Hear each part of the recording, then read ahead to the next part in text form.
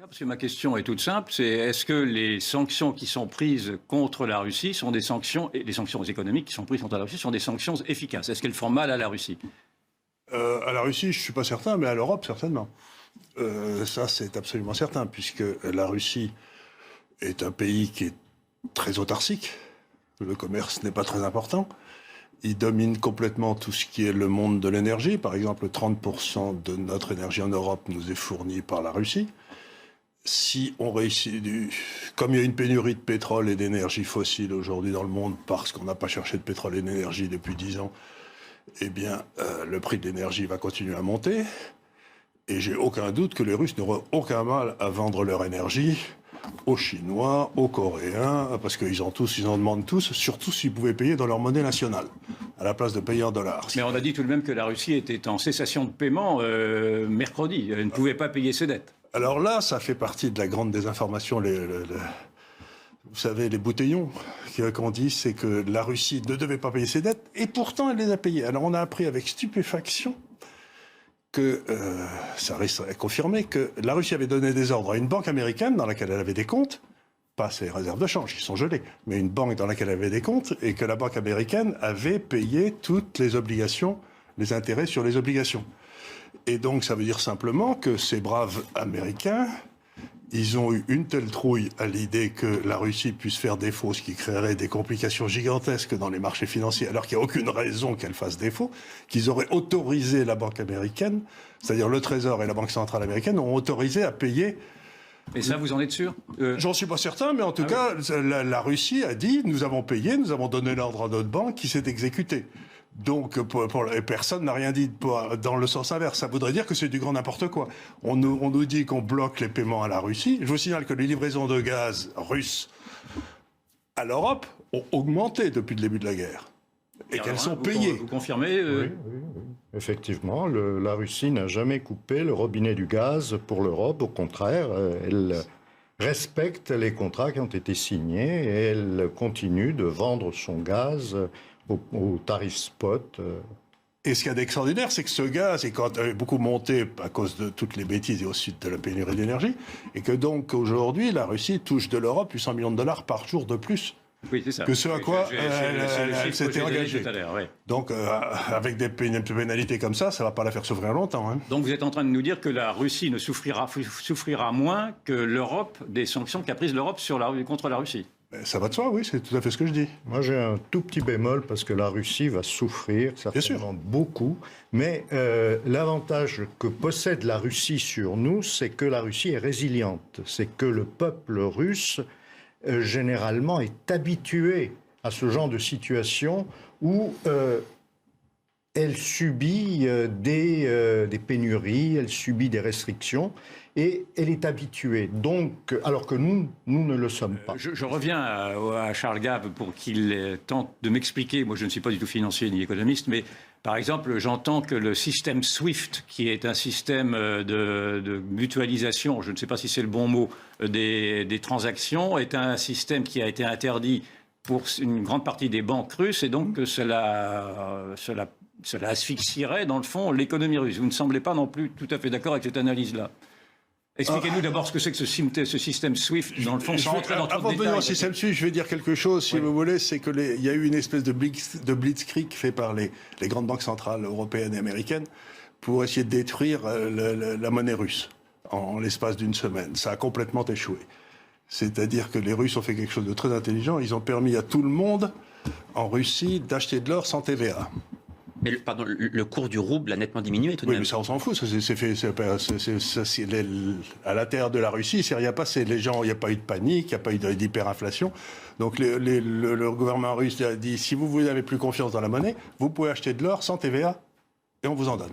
Donc ça a stabilisé la panique tout de suite. Vous savez, on a mis les gros lingots d'or comme ça. Donc la première des choses, c'est que le système financier russe ne s'est pas écroulé. La deuxième chose que les gens ne comprennent pas, mais c'est bien dommage, mais le nombre de choses que les gens ne comprennent pas est considérable, surtout dans nos gouvernements, c'est la suivante, c'est que le capitalisme, c'est la recherche du profit, comme chacun sait, ce qui est bien normal. Et la deuxième chose, c'est un système d'assurance mutuelle. C'est-à-dire, prenez l'exemple d'Air France, qui dépense énormément d'argent en énergie. Air France, si elle a un trésorier convenable, si le prix du pétrole commence à monter, il va essayer de se couvrir pour 2 ou 3 ans, il va acheter du pétrole à terme. Donc il va acheter du pétrole, mettons s'il était à 40, il va en acheter, si le pétrole passe au-dessus de 60, vous me couvrez contre de la hausse. Vous voyez, il y a quelqu'un qui va l'assurer contre la hausse des prix du pétrole. Ce quelqu'un, ça pouvait être Rosneft, par exemple, la grande société de production russe. Mais si vous bloquez Rosneft,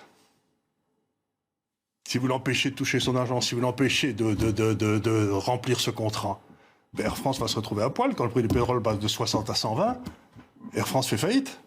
Donc vous avez tout un système d'assurance comme ça qui marche dans tout le capitalisme, où tout le monde assure les risques de tout le monde, c'est une espèce d'assurance mutuelle, et les paiements à l'intérieur de ce système étaient faits par le système de paiement dont vous parlez, SWIFT.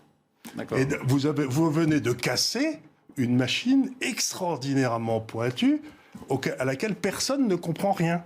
Parce que c'est tellement compliqué, vous avez des dizaines de milliards de transactions par jour. Les transactions dans ces marchés sont très supérieures au PIB mondial tous les jours. Donc s'imaginer qu'on peut casser quelque chose comme ça et que ça ne va pas avoir d'effet secondaire, c'est d'une imbécilité totale. C'est-à-dire que ce qu'ils ont fait, c'est qu'ils ont rendu l'ensemble du système capitaliste infiniment plus fragile, puisqu'il suffit qu'il y ait un gars qui fasse défaut sur une de ses obligations qu'il avait prises. C'est comme si vous aviez assuré votre maison contre l'incendie, et puis vous apprenez que votre assureur a fait faillite, ben vous allez vous racheter une assurance le lendemain matin à n'importe quel prix. C'est-à-dire que vous nous décrivez un possible effet domino comme il y en avait eu un après la faillite. Mais c'est exactement la chute de Lehman. C'est ça. C'est exactement la chute de Lehman. Ils nous ont fait la chute de Lehman puissance 10. Vous vous rendez même pas compte de ce qu'ils ont fait. La crise dont vous parlez qui a engendré la crise financière qui a débuté en 2008. Oui, c'était la grande crise de 2008. La grande crise de 2008, c'est Lehman et AIG qui ont sauté.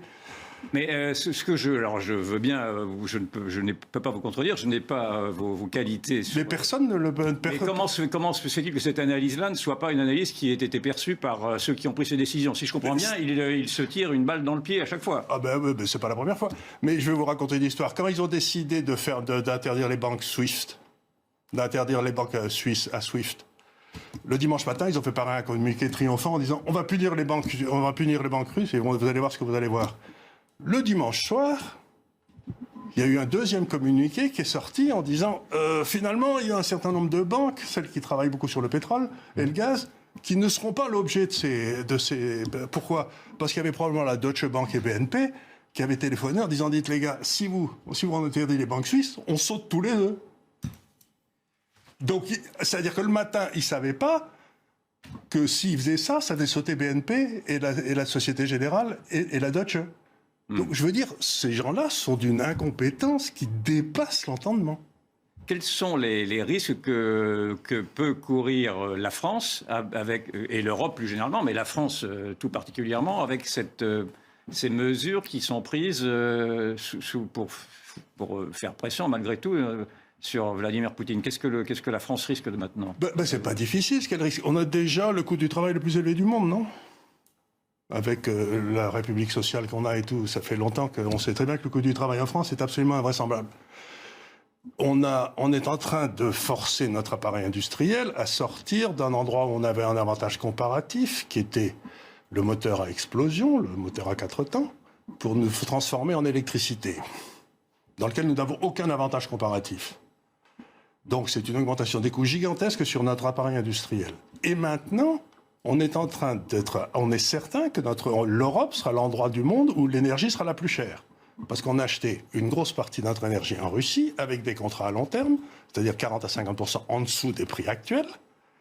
Et maintenant, les Russes vont les vendre ailleurs.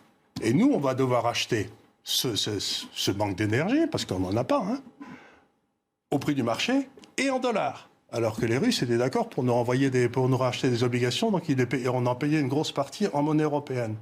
Donc ça veut dire que l'Europe va devenir de loin la partie du monde qui sera la moins compétitive. Ouais. C'est certain. C'est certain. C'est-à-dire que l'industrie européenne, tout le monde parle de réindustrialisation, c'est à mourir de rire. Ils sont en train de détruire l'industrie européenne en 5 minutes. Pierre Lerin, je vous voyais acquiescer. Vous partagez cette analyse? Oui, je crois qu'effectivement, c'est ce qui est en train de se produire. C'est que on est devant une crise énergétique majeure, surtout en Europe.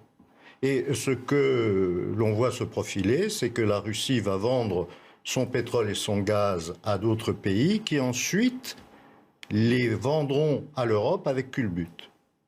Dans le meilleur des cas, ça veut dire qu'on en trouvera.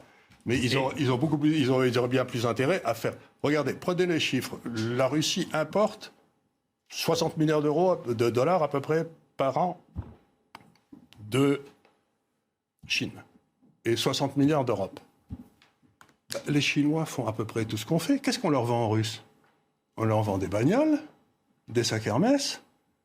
Bon, ça, les Chinois ne vont pas les faire, mais ils peuvent en faire des copies. Vous voyez ce que je veux dire? Et donc, on vient de perdre 60 milliards d'exportation, boum, comme ça, d'un seul coup. Et comment les États-Unis s'en tirent-ils par rapport à l'Union? Les États-Unis sont quasiment autosuffisants énergétiquement.